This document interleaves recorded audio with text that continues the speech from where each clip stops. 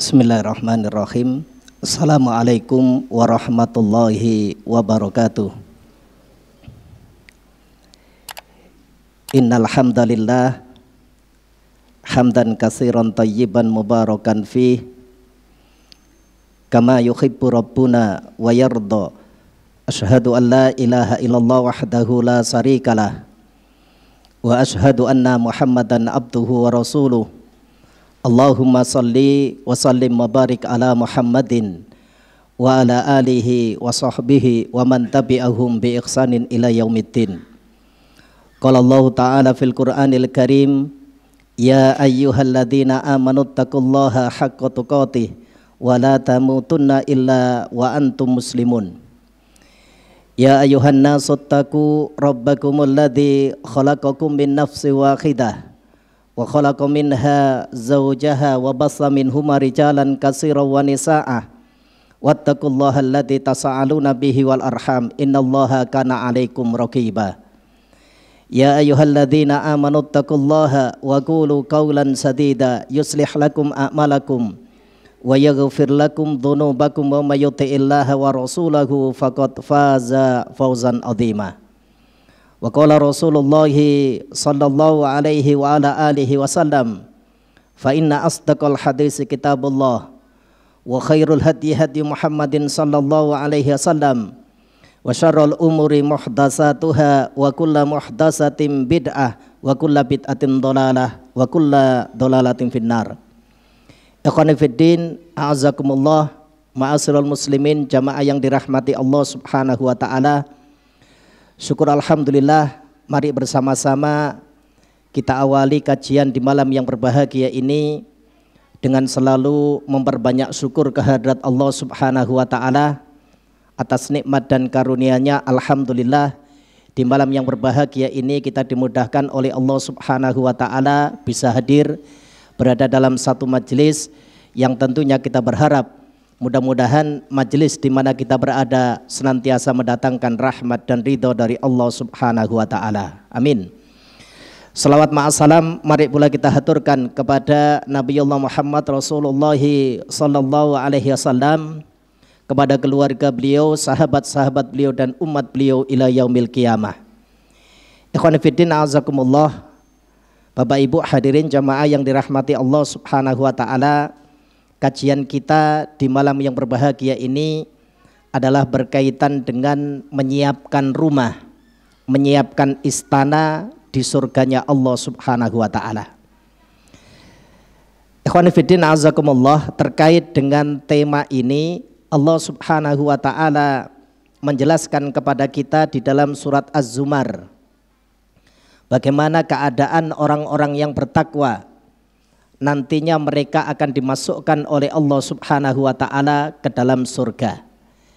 Surat 39 dimulai dari ayat 73 dan 74. Allah Subhanahu wa taala berfirman, wasiqal ladzina taqaw rabbahum ilal jannati zumara. Kata Allah Subhanahu wa taala, orang-orang yang bertakwa kepada Allah Subhanahu wa taala, mereka akan diantar ke dalam surga dengan berombong-rombongan. Artinya nanti kita akan dipimpin siapa yang menjadi pemimpin kita. Kalau kita ini pengikutnya Rasulullah sallallahu alaihi wasallam, iktiba terhadap apa yang disampaikan Rasul, insya Allah pemimpin kita adalah Rasulullah sallallahu alaihi wasallam. Dan itu yang diharapkan oleh setiap hamba yang beriman. Betapa bahagianya keadaan kita nanti tatkala kita digiring, diarahkan menuju ke surganya Allah Subhanahu wa taala. Hatta idza ja'uha wa futihat abwabuha. Maka ketika sampai di surga, pintu-pintu surga telah dibuka. Ini salah satu keutamaan yang Allah Subhanahu wa taala berikan bagi orang-orang yang beriman. Pintu-pintu surga sudah dalam keadaan dibuka. Siapa yang membuka adalah Rasulullah sallallahu alaihi wasallam. Wa qala lahum khazanatuha salamun alaikum tibtum fadkhuluha khalidin. Dan para penjaga-penjaga surga mereka berkata salamun alaikum. Masya Allah, ikhwan fiddin azakumullah. Hamba yang beriman kepada Allah subhanahu wa ta'ala, mereka diberikan kemuliaan oleh Allah, disambut oleh penjaga-penjaga surga, yaitu para malaikat yang dimuliakan oleh Allah subhanahu wa ta'ala. Semoga keselamatan senantiasa tercurah kepada kalian. Tibtum, berbahagialah kalian, fadkhuluha khalidin, masuklah kalian ke dalam surga untuk tinggal selama-lamanya. Pada ayat yang ke-74 Allah subhanahu wa ta'ala menjelaskan, wa qalul hamdulillahilladzi shadaqana wa'dah. Kata Allah subhanahu wa ta'ala, mereka yang dimasukkan ke dalam surga itu kemudian memuji Allah subhanahu wa ta'ala. Segala puji bagi Allah yang telah memenuhi janjinya.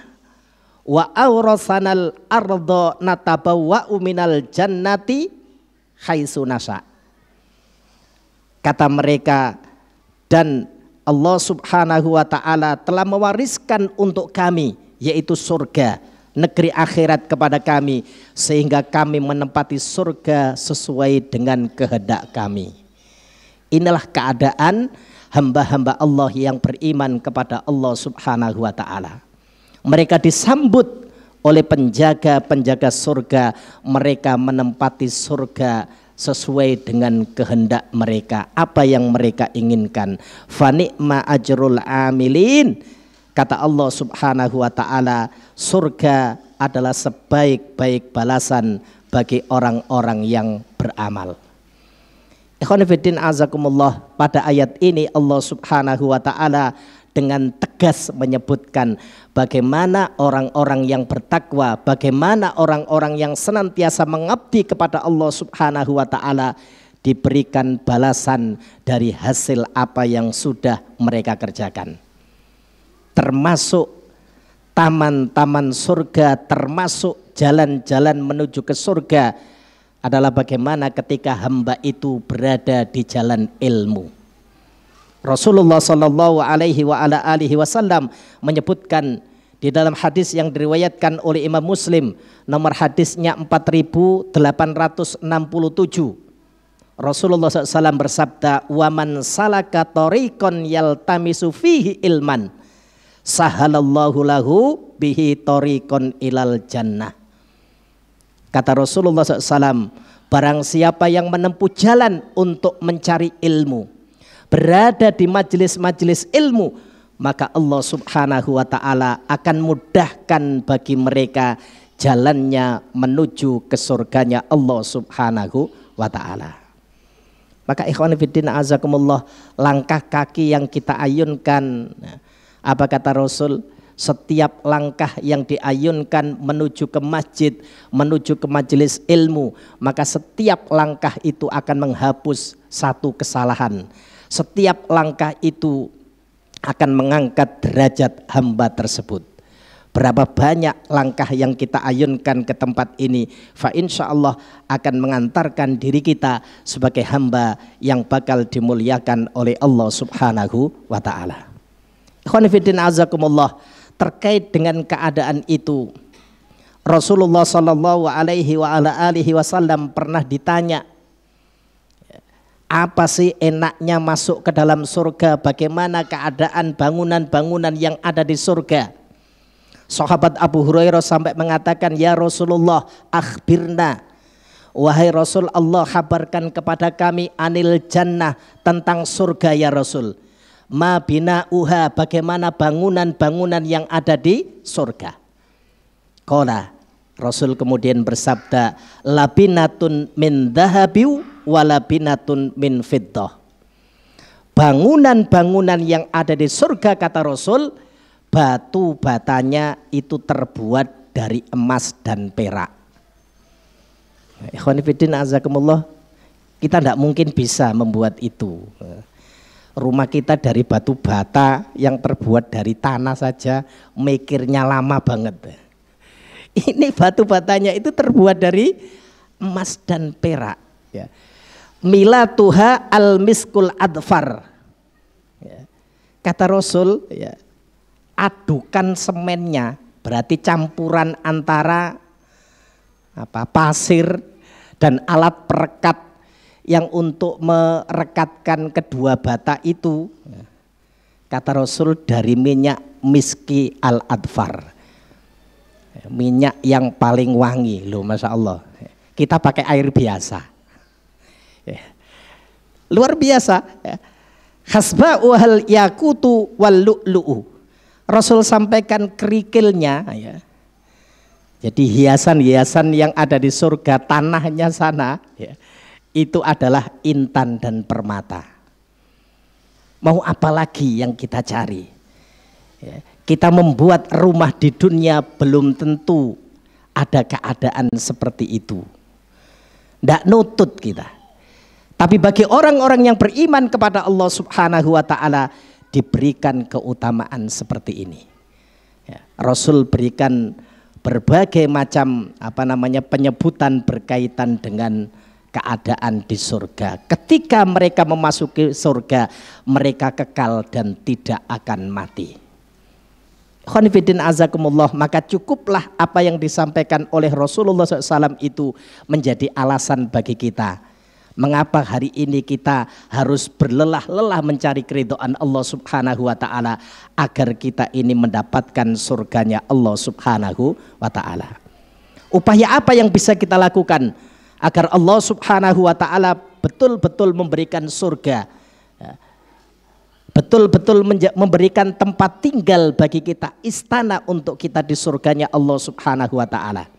Disebutkan oleh para ulama, upaya yang bisa kita lakukan adalah yang pertama, beriman kepada Allah dan Rasulnya, kemudian istiqomah di atas jalan Allah. Itu yang terpenting. Ya. Dasar untuk memperoleh surganya Allah Subhanahu wa Ta'ala jelas dengan iman. Iman kepada Allah, iman kepada Rasulnya. Tetapi keimanan itu tidak akan berbuah manis manakala kita tidak istiqomah di atasnya. Allah Subhanahu wa Ta'ala berfirman di dalam surat Al-Kahfi, surat yang ke-18 ayat 107 dan 108. Apa kata Allah? Innalladzina amanu wa amilus solihat. Sesungguhnya orang-orang yang beriman dan yang mengerjakan amal soleh, kanat lahum jannatul firdausi nuzula. Bagi mereka, kata Allah, adalah surga firdaus sebagai tempat tinggalnya. Iman, kemudian istiqomah. Janji Allah Subhanahu wa Ta'ala adalah surga firdaus. Khalidina fiha la yabghuna anha khiwala. Mereka kekal di dalam surga itu dan mereka tidak ingin pindah. Nah, sudah enak, ngapain mau pindah? Ya.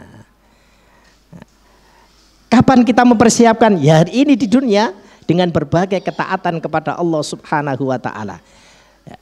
Dengan berbagai macam kebaikan yang kita lakukan, insya Allah, ya, apa yang kita perbuat, apa yang kita lakukan itu tidak akan sia-sia.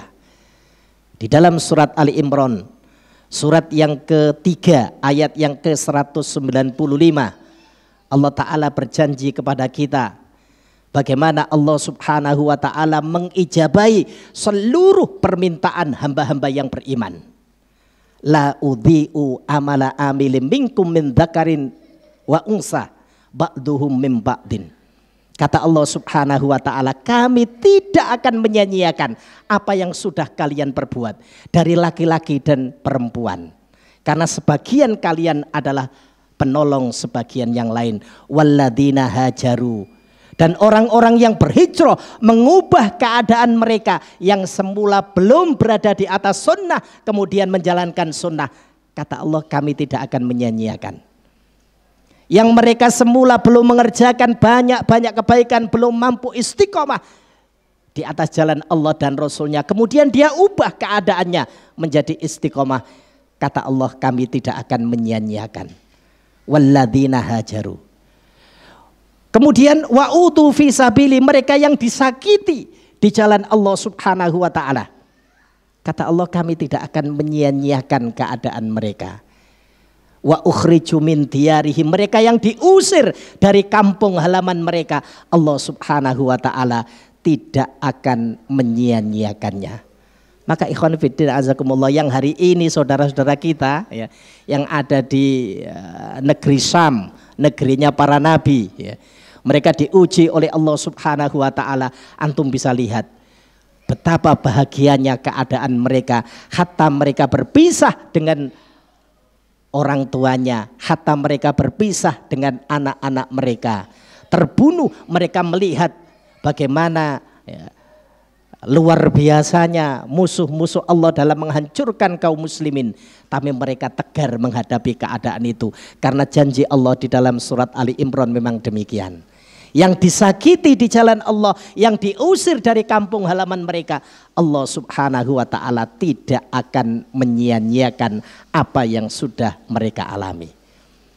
Janji Allah Masya Allah luar biasa. Makanya banyak kita dengar ya, bagaimana ketika saudara-saudara kita itu terbunuh di medan perang ya. Konon kabarnya ada yang menyebutkan jasad mereka itu wangi, dan itu berbeda dengan keadaan musuh-musuh Allah yang baru meninggal sudah baunya terasa tidak enak. Barangkali itu bagian daripada apa yang Allah Subhanahu wa taala tampakkan untuk kita, agar kita ini bisa mengambil ibrah, mengambil pelajaran dari kejadian itu. Kemudian dalil yang lain yang bisa kita lihat, Allah Subhanahu wa taala juga berfirman di dalam surat Al-Ahqaf surat 46 ayat yang ke-13 dan ayat yang ke-14. Allah Subhanahu wa taala berfirman, innal ladzina qalu rabbunallah summastaqamu fala khaufun alaihim walahum yahzanun. Sesungguhnya orang-orang yang mengatakan rabbunallah, Tuhan kami adalah Allah, summastaqamu, kemudian dia istiqomah, teguh di atas keimanan itu, fala khaufun alaihim, maka tidak ada rasa takut bagi mereka. Takut akan negeri akhirat yang bakal mereka tuju. Walahum yahzanun, dan mereka juga tidak diliputi kekhawatiran. Kekhawatiran akan apa yang mereka tinggalkan di dunia ini. Ulaika ashabul jannati khalidina fiha. Mereka itulah, kata Allah Subhanahu wa taala, para penghuni surga yang mereka kekal di dalamnya, jazaa'am bima kanu ya'malun, sebagai balasan atas apa yang telah mereka kerjakan. Keimanan kemudian ditopang dengan keistiqomahan, dibuktikan dengan keistiqomahan dalam menjalankan syariat Allah Subhanahu wa taala. Balasannya adalah rumah yang disiapkan, tempat tinggal yang disiapkan oleh Allah Subhanahu wa taala di surga. Artinya apa, ikhwani fiddin azakumullah? Kalau kita hari ini ingin menyiapkan tempat tinggal di surga, berarti hal yang harus kita kerjakan adalah iman, kemudian kita istiqomah di atas keimanan itu. Kita menjalankan segala apa yang diperintahkan oleh Allah dan Rasul-Nya. Karena dengan menjalankan hal itu berarti kita mengikuti apa yang diperintahkan oleh Rasul. Di dalam satu hadis yang diriwayatkan oleh Imam Bukhari, nomor hadisnya 6737, bersumber dari sahabat Abu Hurairah radhiyallahu anna Rasulullah sallallahu alaihi wasallam qala, bahwasanya Nabi sallallahu alaihi wasallam bersabda, kullu ummati yadkhulunal jannah, semua umatku, kata Rasulullah, nanti bakal masuk ke dalam surga, illa man aba, kecuali yang tidak mau dimasukkan ke dalam surga. Dimasukkan ke dalam surga tidak mau ya. Padahal tadi bangunannya itu batu batanya saja terbuat dari emas dan perak ya. Yang dipakai nyampur untuk antara kedua batu bata tadi, minyaknya minyak kasturi yang paling wangi. Kok enggan? Maka sahabat Abu Hurairah tanya, qalu ya Rasulullah wa may ya'ba, ya, siapa ya Rasul orang yang dimasukkan ke dalam surga tapi dia enggan? Qala, maka Rasul bersabda, man ata'ani dakhalal jannah. Siapa saja yang taat kepadaku, menjalankan perintahku sebagaimana yang Allah Subhanahu wa taala perintahkan, dakhalal jannah, dia bakal masuk ke dalam surga. Wa man asani faqad aba. Tapi siapa yang bermaksiat, durhaka, enggan untuk mengikuti apa yang aku bawa, maka dialah orang yang tidak mau dimasukkan ke dalam surga. Nah, ini poin pertama, ikhwan fillah azakumullah. Nah, poin yang kedua, upaya yang bisa kita lakukan agar kita dimasukkan oleh Allah Subhanahu wa taala ke dalam surga, membaca dan mengamalkan Al-Qur'an. Jadi Al-Qur'an kita baca, Al-Quran kita amalkan. Allah Subhanahu wa ta'ala berfirman di dalam surat Fatir, surat 35 ayat 29 dan ayat yang ke-30. Allah Subhanahu wa ta'ala berfirman, innalladzina yatluna kitaballah, sesungguhnya orang-orang yang membaca kitab Allah, membaca, ikhwan fillah azakumullah, mempelajari kitab Allah, ya. Wa aqamus shalah wa anfaqu mimma razaqnahum sirran wa alaniyah, dia menegakkan salat, dia menginfakkan sebagian rizki yang telah Allah Subhanahu wa ta'ala anugerahkan kepadanya, sembunyi-sembunyi atau terang-terangan. Yarjuna tijaratal lan tabur, orang itu mengharap satu perniagaan, satu jual beli yang tidak akan rugi. Padahal kita kalau melakukan transaksi bisa jadi rugi, bisa jadi untung. Tapi orang yang membaca Al-Quran itu betul-betul tidak akan rugi. Dia mengharap satu perniagaan yang tidak akan rugi. Liyawfiyahum ujurahum wa yazidahum min fadli. Di negeri akhirat Allah Subhanahu wa ta'ala akan menyempurnakan pahala untuk mereka dan akan menambah karunia yang Allah Subhanahu wa ta'ala janjikan. Tidak ada karunia yang lebih besar, keridhaan Allah Subhanahu wa ta'ala kepada hamba-hambanya, kecuali mendapatkan balasan surganya Allah Subhanahu wa ta'ala. Bagaimana nanti di surga hamba-hamba itu akan melihat wajah Allah Subhanahu wa ta'ala sebagai kenikmatan terbesar yang akan diberikan oleh Allah kepada orang-orang yang beriman. Innahu ghafurun syakur, kata Allah Subhanahu wa ta'ala, sesungguhnya Allah Subhanahu wa ta'ala maha pengampun lagi maha mensyukuri. Artinya apa, ikhwan fillah azakumullah?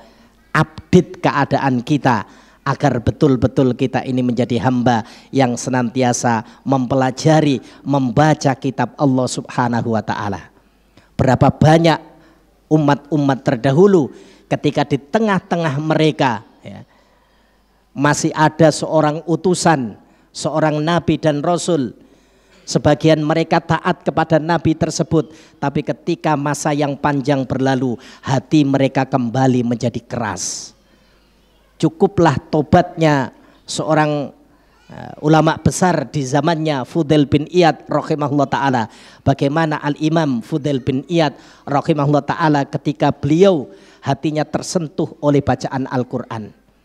Dalam banyak kisah disebutkan Fudail bin Iyad ini bertobat karena mendengar firman Allah Subhanahu wa ta'ala di dalam surat Al-Hadid, surat yang ke-57 ayat yang ke-16. Alam ya'ni lilladzina amanu an taksha'a qulubuhum lidzikrillah, al-ayah.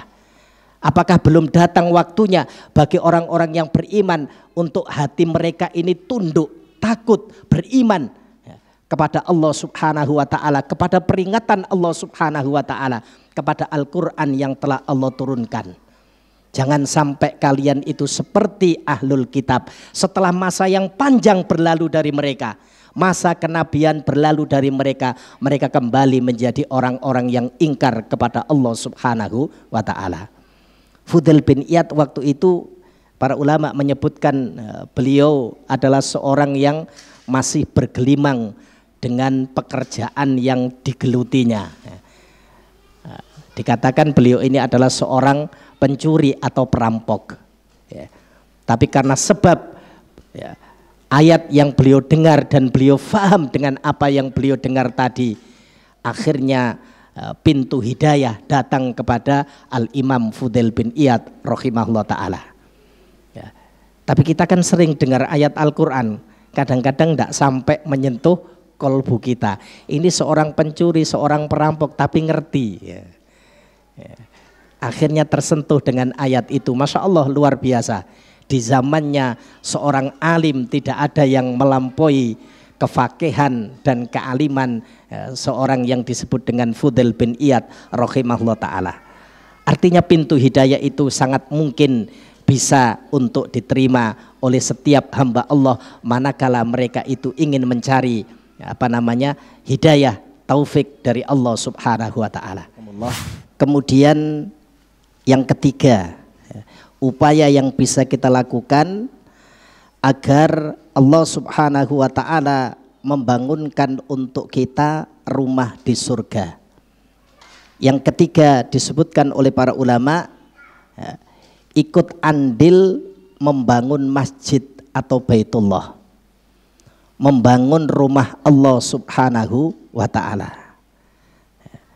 Rasulullah sallallahu alaihi wasallam menyebutkan di dalam hadis yang diriwayatkan oleh Imam Ibnu Majah, nomor hadisnya 730, bersumber dari sahabat Jabir bin Abdullah radhiyallahu an qala anna Rasulullah sallallahu alaihi wasallam, bahwasannya Rasulullah sallallahu alaihi wasallam bersabda, man bana masjidan lillah, barang siapa yang membangun masjid lillah untuk Allah subhanahu wa ta'ala. Pertanyaannya berarti ada yang membangun masjid bukan lillah? Iya. Seperti masjid yang dihancurkan di masa Rasulullah sallallahu alaihi wasallam yang sengaja dibangun oleh orang-orang munafik dalam rangka untuk memprovokasi kaum muslimin ketika mereka hendak berjihad di jalan Allah. Maka ada beberapa hal di zaman Rasul itu yang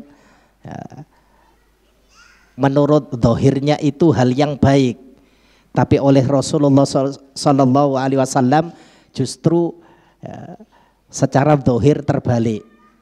Misalnya Rasul pernah menghancurkan masjid, maka boleh dihancurkan kalau memang masjid itu membawa madharat, ya. Tidak menjadikan hamba-hamba itu taat kepada Allah subhanahu wa ta'ala, karena bisa jadi bangunnya itu tidak benar. Ada juga ketika Rasulullah SAW melihat seorang sahabat itu mengerjakan sholat, maka kemudian Rasul Sallallahu Alaihi Wasallam mencela orang yang sedang sholat itu. Ya, maka dilihat nanti sholatnya seperti apa. Ya, karena banyak di zaman kita sekarang, kaum muslimin, mayoritas kaum muslimin ini kan sebetulnya cari ketenangan, bingung cari ketenangan, akhirnya sholat diperpanjang. Fadol, sholat diperpanjang selama sesuai dengan sunnah yang diajarkan Rasul kepada kita. Dia perpanjang ketika berdiri, maka dibacalah ayat yang panjang, ingin mengamalkan sunnahnya Rasulullah. Rasul itu kalau berdiri lama. Kemudian ketika rukuknya Rasulullah SAW pada saat beliau mengerjakan sholat malam sebagaimana yang diceritakan oleh sahabat Abdullah bin Abbas, atau juga diceritakan oleh Ibunda Aisyah radhiyallahu an, rukuknya Rasul itu hampir sebanding dengan berdirinya ketika Rasulullah posisi berdiri. Ya. Padahal yang dihafal doa rukuk itu hanya Subhana Rabbiyal Azim. Boleh diulang-ulang, boleh. Atau kalau enggak ditambahi Subhanaka Allahumma Rabbana wa bihamdika Allahumma gfirli. Mau diperpanjang lagi, Subuhun Kudusun Rabbul Malaikatu Warruh. Sudah ndak hafal lagi, karena ndak hafal membaca Quran, salah. Ikhwan fillah azakumullah. Karena ketika rukuk Rasulullah SAW dilarang membaca Al-Quran, tapi sebagian kita ada Karena kepengen memperpanjang tadi agar supaya posisi ruku itu sebanding dengan posisi berdiri. Bacalah surat dari Al-Quran. Malah tidak boleh. Karena Rasul menyebutkan di dalam satu riwayat, sungguh aku dilarang ketika ruku itu membaca Al-Quran. Ruku itu mengagungkan Allah Subhanahu wa ta'ala. Pada saat sujud ya hampir sebanding dengan rukuk, berarti dia baca doa sujud. Nah, yang kita hafal hanya subhana rabbiyal a'la wa bihamdi. Loh kok mau sedih kok hanya sebentar, tambah lagi subhanaka Allahumma rabbana wa bihamdika Allahumma gfirli, tambah lagi baca Al-Quran keliru. Tidak boleh. Yang diperbolehkan ketika sujud, boleh kita menambahi dengan doa-doa yang ingin kita mintakan kepada Allah Subhanahu wa ta'ala.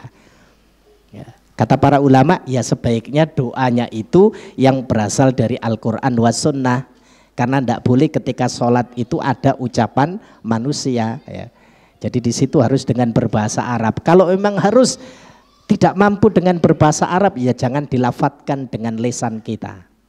Ada sebagian yang begitu, sehingga 2 rakaat itu hampir-hampir setengah jam. Tapi di dalamnya tidak sesuai dengan apa yang diperintahkan oleh Rasulullah. Membangun masjid juga demikian, ikhwan fillah azakumullah. Maka Rasul sampaikan, siapa yang membangun masjid niatnya untuk Allah Subhanahu wa ta'ala, kamafkhasi qototin au asghara, meskipun dia membangun masjid itu ikut andilnya hanya sebesar tempat burung untuk bertelur atau yang lebih kecil dari itu, berarti kecil jemaah sekalian. Sak keramik itu wis luwih gede keramik, cilik sebagaimana burung itu bertelur. Banallahu lahu baitan fil jannah. Allah Subhanahu wa ta'ala akan bangunkan bagi orang itu istana di surga. Allah akan bangunkan bagi dia rumah di surga. Masya Allah, luar biasa. Maka kalau ada pembangunan masjid, ya, ikut nitip-nitip, didik-didik gak apa-apa, tapi ikut nitip. Maka fa insya Allah itu akan menjadi investasi kita di sisi Allah Subhanahu wa ta'ala. Ya, titip bukan berarti dicatat loh jemaah sekalian. Nah, kadang-kadang kita kalau enggak dicatat oleh panitianya enggak sip. Titip bukan berarti harus begitu, tapi boleh untuk memotivasi yang lain. Nah, itu yang ketiga. Nah, maka kiasnya, ijma'nya dari setiap apa yang berkaitan dengan agar seorang hamba itu taat kepada Allah Subhanahu wa ta'ala, kita ikut berada di sana, fa insyaallah itu adalah hal yang baik. Bahkan di dalam satu riwayat, orang yang membuat sumur saja, kemudian sumur itu dimanfaatkan oleh banyak orang, kata orang itu sudah meninggal, tapi sumur itu masih dimanfaatkan oleh banyak orang, orang itu akan mendapatkan investasi pahala dari apa yang telah dia berbuat. Sayangnya hari ini terutama ketika kita tinggal di kota, sudah tidak ada lagi sumur yang modelnya ditimba itu jemaah sekalian. Sekarang modelnya sumur kan sudah bor pakai sanyo semua. Itu hatta sumur yang dimanfaatkan ketika ada orang yang melakukan perjalanan, maka orang yang sudah meninggal itu akan mendapatkan investasi pahala di sisi Allah Subhanahu wa ta'ala. Kemudian yang keempat, ikhwan fillah azakumullah, upaya yang bisa kita lakukan agar Allah Subhanahu wa ta'ala membangunkan rumah untuk kita, istana untuk kita di surganya Allah Subhanahu wa ta'ala, banyak pergi ke masjid untuk beribadah. Bukan untuk mengasingkan diri, ikhwan fillah azakumullah. Karena biasanya nek gelut karo gegeran karo bojone melayune nang masjid. Apik jean. Daripada melayune nang gone hal yang tidak benar. Loh, itu pernah terjadi pada sahabat Ali radhiyallahu an. Dan Masya Allah Rasulullah ini adalah mertua yang sangat peka melihat anak-anaknya ya. Ketika Rasul menyaksikan Ali bin Abi Thalib berada di masjid ya, kok sudah sepi ndak pulang-pulang, wah ada apa ini? Maka yang dipanggil bukan Ali, yang dipanggil adalah putri beliau yaitu Fatimah Az-Zahra. Dipanggil, ada apa dengan Ali? Kok gak pulang-pulang? Nah, cerita Fatimah baru saja bertengkar tentang satu masalah dengan Ali bin Abi Thalib. Apa kata Rasul?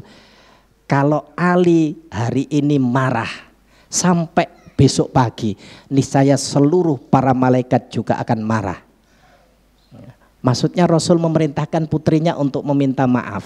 Ya. Memang adabnya demikian. Ya. Bagaimana kewajiban seorang istri kepada suami. Lah saiki suami ini kalah mbek bojone. Ya. Para suami itu takut istri. Nah, maka jadi jangan sampai imamnya tetap antum semua ya. Iya Ustadz, kalau jadi imam tetap ana Ustadz ya, tapi ana ndak berani ya gitu. Ini penting. Sahabat Ali bin Abi Thalib ketika melihat hal itu, ternyata Rasulullah SAW ini orang yang sangat peka melihat orang yang dekat dengan beliau. Saking pekanya Rasulullah SAW sampai Rasul itu loh hafal suara sandalnya sahabat Bilal ya, sampai hafal. Jadi Rasulullah tanya ya, apa yang menjadikan atau amal apa di dalam Islam yang kamu harapkan? Kok aku mendengar suara sandalmu di surga berjalan di depanku? Karena kebiasaan sahabat Bilal ini selalu mendampingi Rasulullah SAW. Maka disampaikan kepada Rasul, amal yang sangat aku harapkan ya Rasulullah SAW di dalam Islam ini adalah tidaklah setiap aku dalam keadaan bersuci, dalam keadaan suci di waktu pagi atau di waktu malam, melainkan pasti aku menyempurnakan dengan 2 rakaat pada saat aku suci tadi. Ini yang kemudian disebut dengan sholat 2 rakaat ba'dal wudhu. Suara sandalnya itu loh kedengaran atau hafal. Lah kita dengan sahabat karib saja itu enggak ngerti sama sekali. Ini siapa? Pakai masker aja sudah enggak tahu. Rasul SAW itu suara sandalnya saja tahu. Ya, artinya apa? Ya, betapa keadaan Rasulullah SAW yang seperti itu bisa menjadikan contoh bagi kita. Ya, jadi banyak pergi ke masjid untuk beribadah kepada Allah Subhanahu wa taala. Dalil yang menyebutkan hal itu adalah sabda Rasulullah sallallahu alaihi wasallam yang diriwayatkan oleh Imam Bukhari. Nomor hadisnya 622, bersumber dari sahabat Abu Hurairah radhiyallahu anin Nabi sallallahu alaihi wasallam, man ghada ilal masjidi. Barang siapa yang datang ke masjid di waktu pagi, waroha atau di waktu sore, a'addallahu lahu nuzulahu minal jannah kullama ghada aw roha. Melainkan Allah Subhanahu wa taala akan menyiapkan baginya tempat tinggal di surga, baik di waktu pagi atau di waktu sore. Lu Masya Allah, luar biasa jemaah sekalian. Hanya datang ke masjid itu loh, begitu besar balasan yang bakal diberikan oleh Allah Subhanahu wa taala. Artinya itu amal yang sangat mungkin bisa dikerjakan oleh setiap hamba Allah yang beriman. Ringan amalnya ya, siapapun bisa mengerjakan asal mau. Tapi jaminannya di sisi Allah Subhanahu wa taala sangat besar. Dalam riwayat yang lain disebutkan, hadis yang diriwayatkan oleh Imam Abu Dawud, nomor hadisnya 2133, bersumber dari sahabat Abu Umamah bahwasanya Rasulullah sallallahu alaihi wasallam bersabda, salasatun kulluhum dhaminun. Kata Rasul sallallahu alaihi wasallam, 3 golongan yang seluruhnya mendapatkan jaminan Kata Rasul, Allah azza wa jalla, ya, dari Allah azza wa jalla.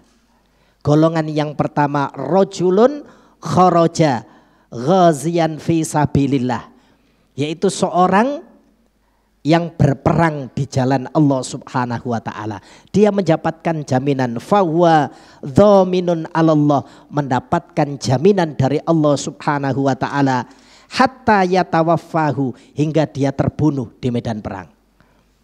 Fayudkhilahul jannah, maka akan dimasukkan oleh Allah subhanahu wa ta'ala ke dalam surga, au yaruddahu bimana lamin ajrin wa ghanimatin, atau dia kembali dari medan perang mendapatkan banyak pahala, atau dia membawa ghanimah. Jaminan dari Allah dan Rasulnya. Golongan yang kedua disebutkan oleh Rasulullah SAW, warajulun roha ilal masjidi, seorang yang melangkahkan kaki menuju ke masjid, berangkat menuju ke masjid, fahuwa dhaminun alallah, dia akan mendapatkan jaminan dari Allah subhanahu wa ta'ala, hatta yatawaffahu fayudkhilahul jannah, ya, sehingga dia mati kemudian dimasukkan oleh Allah subhanahu wa ta'ala ke dalam surga, au yaruddahu bimana lamin ajrin, atau dia dijanjikan pahala yang sangat besar. Ya. Tadi di medan perang, kemudian yang kedua orang yang melangkahkan kakinya menuju ke masjid. Warajulun yang ketiga, seorang laki-laki dakhala baitahu bisalamin, yang masuk ke dalam rumahnya dengan mengucapkan salam. Kadang-kadang sudah rumah kita jarang untuk mengucapkan salam. Fahuwa dhaminun alallah azza wa jalla, maka golongan ini juga mendapatkan jaminan dari Allah subhanahu wa ta'ala. Nah, itu poin yang keempat, ikhwan fillah azakumullah. Kemudian poin yang kelima, ya, amalan yang bisa kita lakukan sehingga Allah subhanahu wa ta'ala akan memberikan untuk kita rumah di surga, tempat tinggal di surga. Yang kelima disebutkan oleh para ulama, meninggalkan berbantah-bantahan, ya, meninggalkan dusta, dan menghiasi diri kita dengan akhlak yang terpuji. Terdapat dalam satu riwayat hadis yang diriwayatkan oleh Imam Abu Dawud, nomor hadisnya 4167, bersumber dari sahabat Abu Umamah radhiyallahu an qala Rasulullah sallallahu alaihi wasallam, ana zaimun bi baitin fi ribadil jannah.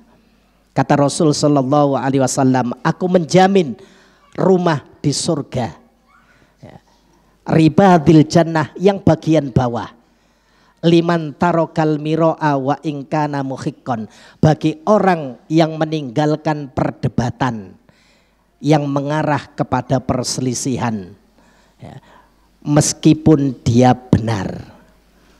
Nah, hati-hati ikhwan fillah azakumullah, ya. Karena kadang-kadang ketika orang itu merasa apa yang dia lakukan itu sesuai dengan sunnah, ya, ngotot dia.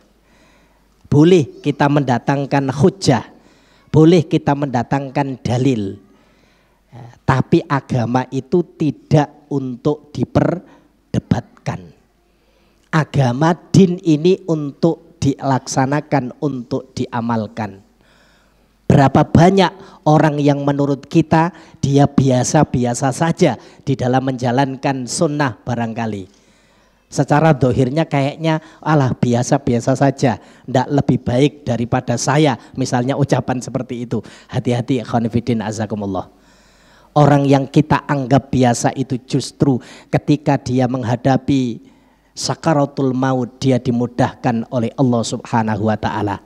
Ana banyak menyaksikan secara dohirnya biasa, tapi ternyata diwafatkan oleh Allah subhanahu wa ta'ala di hari Jumat. Kita tidak tahu. Yang kita tahu adalah orang yang meninggal di malam Jumat atau di hari Jumat itu sebagai tanda husnul khotimah. Belum tentu kita dimudahkan oleh Allah subhanahu wa ta'ala dengan keadaan itu, ya. Maka hal yang terbesit seperti itu di dalam hati kita, kita hindari. Ya. Boleh kita mendatangkan dalil, boleh kita mengingatkan saudara kita, menasihati mereka dengan yang hak. Karena tidak ada kebaikan yang bakal menyelamatkan kita, salah satunya adalah menasihati saudara kita agar mereka itu senantiasa berada di atas kebenaran.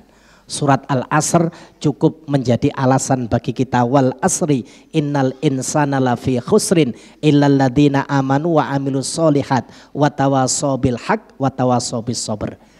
Demi masa, kata Allah Subhanahu wa taala, sesungguhnya manusia itu benar-benar berada dalam kerugian. Illal ladzina amanu wa amilus solihat, kecuali orang-orang yang beriman dan mengerjakan amal soleh. Wa tawassaw bil haq, orang yang selalu menasihati saudaranya, menasihati dirinya untuk senantiasa berada di atas al-haq. Boleh.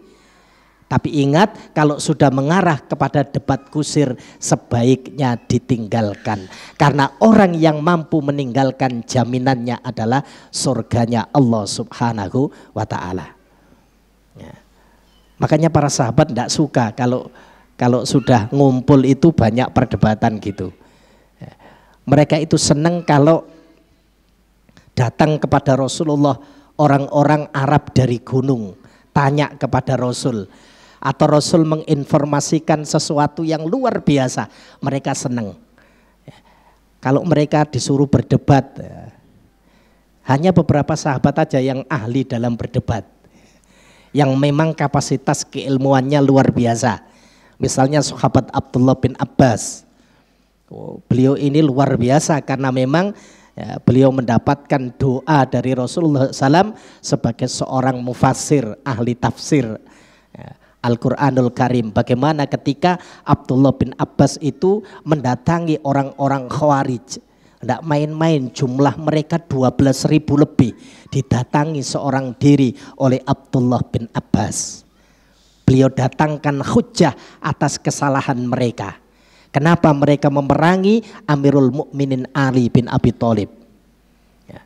Sendirian jamaah sekalian menghadapi 12.000 lebih orang-orang Khawarij. Yang dilihat oleh Abdullah bin Abbas ketika datang ke tempat itu, Abdullah bin Abbas itu takjub secara dohir. Bagaimana tidak, kening mereka karena saking banyaknya sujud itu seperti kaki unta, kata sahabat Abdullah bin Abbas. Loh, berarti ngapal jamaah sekalian. Datang ke tempat itu, beliau pakai baju yang sangat bagus, dicela oleh orang-orang Khawarij. Baju apa yang kamu pakai wahai Abdullah bin Abbas? Disangka itu bukan orang yang zuhud. Jadi orang yang zuhud itu disangka orang yang bajunya compang-camping dan sebagainya.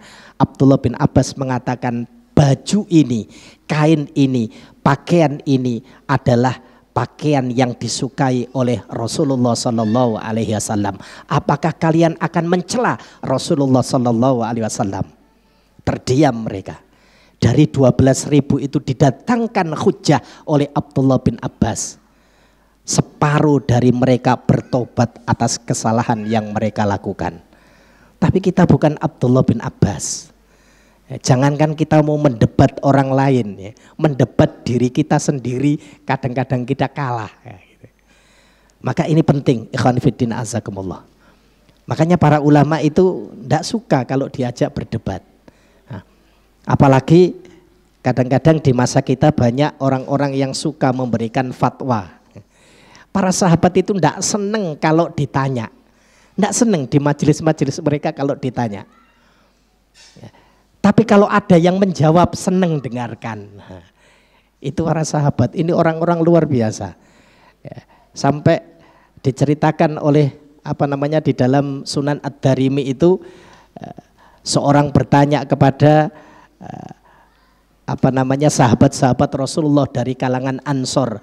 Ya, ketika di Masjid Nabawi tidak ada satupun yang berani menjawab pertanyaan. Tapi kalau ada temannya yang jawab, senang mereka mendengarkan. Oh, Masya Allah. Itu kebalik dengan di zaman kita. Banyak senang yang menjawab, jarang yang mau mendengarkan. Nah, ini menjadi hal yang Masya Allah luar biasa. Ya, karena lisan ini kadang-kadang kepleset jemaah kalian. Sudah ngomongnya diatur bagus tapi masih kepleset. Tapi nek telinga kan enggak kepleset karena enggak ngomong telinga. Kemudian yang kedua, Rasul SAW sampaikan wa ingkana wa baitin fi wasatil jannah, dan aku jamin rumah di surga yang bagian tengah. Ya. Liman tarokal kadhiba wa ingkana mazihan, bagi orang yang bisa meninggalkan dusta meskipun bercanda. Ana sering sampaikan berkaitan dengan dusta ini. Ya.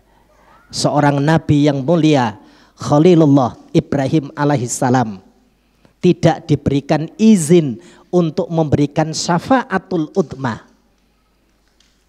karena disangka beliau itu pernah berdusta 3 kali. Disangka loh jamaah sekalian, padahal tidak berdusta. Ya, bagaimana ketika kaumnya mengajak Ibrahim untuk beribadah, menyembah patung, menyembah berhala, maka beliau mengatakan aku sakit, padahal posisi Ibrahim tidak sakit. Ya, itu disebutkan oleh Allah di dalam surat Fussilat. Ya. Aku dalam keadaan sakit, padahal beliau tidak sakit. Sehingga orang yang melihat menuduh Nabiullah Ibrahim alaihissalam telah berdusta. Dijelaskan di dalam kitab tafsir Karimur Rahman oleh Syekh Abdurrahman As-Sa'di rahimahullah ta'ala, ucapan Ibrahim itu bukan menunjukkan beliau sakit dohir, tapi beliau sakit ya, hatinya melihat kaumnya yang menyembah berhala. Jadi sesungguhnya Ibrahim itu tidak berdusta. Yang kedua, ketika Nabiullah Ibrahim alaihissalam bersama dengan istri beliau memasuki satu negeri, ya. Kemudian Ibrahim pesan kepada istrinya, nanti kalau ditanya oleh raja, jangan kamu katakan bahwa kamu adalah istriku, tapi sampaikan kamu adalah saudaraku. Kata istrinya, loh kok begitu, kan berbohong. Oh enggak, memang di negeri ini tidak ada yang beriman kepada Allah Subhanahu wa ta'ala kecuali engkau dan aku. Nah, hanya 3 kali ikhwan fillah azakumullah. Ketika didatangi oleh Bani Adam, oleh keturunan Nabiullah Adam alaihissalam, mereka meminta syafaat kepada Nabiullah Ibrahim, beliau sebutkan beliau tidak diberikan izin memberikan syafaat. Bukan orang yang diizinkan oleh Allah Subhanahu wa ta'ala karena dosa tersebut. Ya. Lah kita ikhwan fillah azakumullah, mentang-mentang sudah iman kepada Allah, saya nanti akan memberikan syafaat. Ini Nabi Ibrahim loh tidak bisa memberikan syafaat, tidak diizinkan. Nah, apalagi kita, ya terakhir nanti. Maka tinggalkan yang namanya dusta agar kita mendapatkan surganya Allah Subhanahu wa ta'ala yang bagian tengah. Kemudian yang terakhir disebutkan oleh Rasulullah sallallahu alaihi wasallam, wa bi baitin fi a'lal jannah, dan aku jamin rumah di surga yang bagian yang paling tinggi, yang paling atas, untuk siapa? Liman hassana khuluquhu, bagi mereka yang menghiasi dirinya dengan akhlak yang terpuji. Insya Allah ikhwan fiddin azakumullah, kalau betul-betul kita menjadikan Allah dan Rasulnya itu sebagai tujuan dalam kehidupan kita, apa yang Allah sebutkan di dalam surat Al-A'raf, surat yang ke-7, ya, ayat yang ke-96, ya. Man amila solihan min dzakarin, ya. Barang siapa yang beriman kepada Allah, man amila solihan, yang mengerjakan amal soleh, laki-laki atau perempuan, fahuwa mu'min, ya. Sedang dia dalam keadaan beriman kepada Allah Subhanahu wa ta'ala, falanukhyannahu khayatan thayyibah, benar-benar Allah akan berikan kepadanya kehidupan yang baik. Itu janji Allah Subhanahu wa ta'ala.